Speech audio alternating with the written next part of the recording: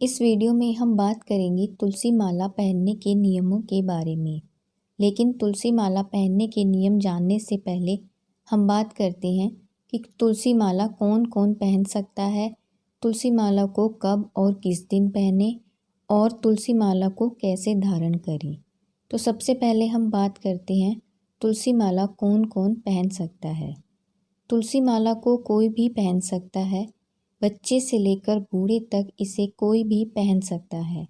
छोटे बच्चे, सुहागन औरतें या जिनके पति नहीं हैं वो भी इसे पहन सकती हैं, या जिनकी शादी नहीं हुई वो भी इसको पहन सकती हैं।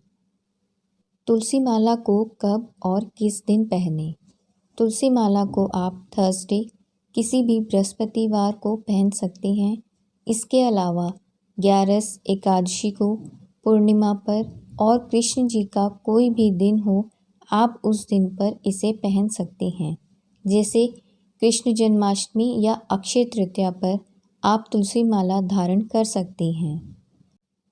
तुलसी माला कैसे धारण करनी चाहिए। जिस भी दिन आप तुलसी माला धारण करना चाहते हैं उससे एक दिन पहले आप तुलसी माला को घी लगाकर एक रात के लिए रख दीजिए। इससे ये जल्दी नहीं टूटती या खंडित नहीं होती। फिर अगले दिन इसे गंगा जल से धो करके धूप में 1 घंटा रख दीजिए। फिर इस माला को आप मंदिर में कृष्ण जी के चरणों में रख दीजिए या फिर उनको पहना दीजिए। फिर इसके बाद आप इस माला को धारण कर सकते हैं। अब हम बात करते हैं तुलसी माला पहनने के नियमों के बारे में। यदि तुलसी माला आप गुरु दीक्षा लेकर पहनते हैं तो आपको प्याज, लहसुन, अदरक, चाय, तामसिक भोजन ये सब छोड़ना पड़ता है। लेकिन अगर आप तुलसी माला खुद से अपने मन के भाव से धारण करते हैं तो आपको ये सब छोड़ना ज़रूरी नहीं है।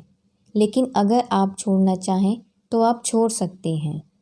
देखिए, जैसे हमारे घर में तुलसी का पौधा होता है और हम घर में सब काम करते हैं, ठीक उसी प्रकार हमारा शरीर भी एक घर है और तुलसी माला तुलसी का एक पौधा है।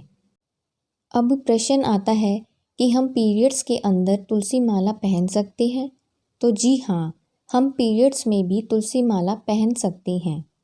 तुलसी माला हम इसलिए पहनते हैं कि जब भी हम मरें तो तुलसी माला हमारे गले में हो और भगवान हमें स्वीकारें। हम नहीं जानते कि हमारा अंतिम समय कब होगा। क्या पता जब हम तुलसी माला उतारें वो समय ही हमारा अंतिम समय हो। तो इसलिए हमें तुलसी माला कभी नहीं उतारनी चाहिए। लेकिन हाँ, आप संभोग करते समय इसे अवश्य उतार लें, फिर हाथ धोकर इसे दोबारा धारण कर लें। तुलसी माला के साथ आप गले में चैन, मंगलसूत्र, हार पहन सकते हैं। तुलसी माला पहन के नहाने से हमें वो फल प्राप्त होता है जो हमें गंगा, यमुना, सरस्वती आदि नदियों में नहाने से फल प्राप्त होता है। इसलिए आप इसे पहन के ही नहाएं, जिससे पूरे शरीर में तुलसी माला के द्वारा होते हुए पानी जाए। तुलसी माला पहनने के बाद आपको शुद्ध शाकाहारी भोजन ही करना होगा।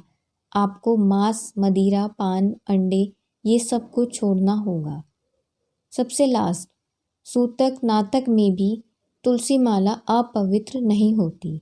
तो आप बस इस पर गंगा जल का छींटा लगा लें और इसको पहनकर ही रखें। धन्यवाद।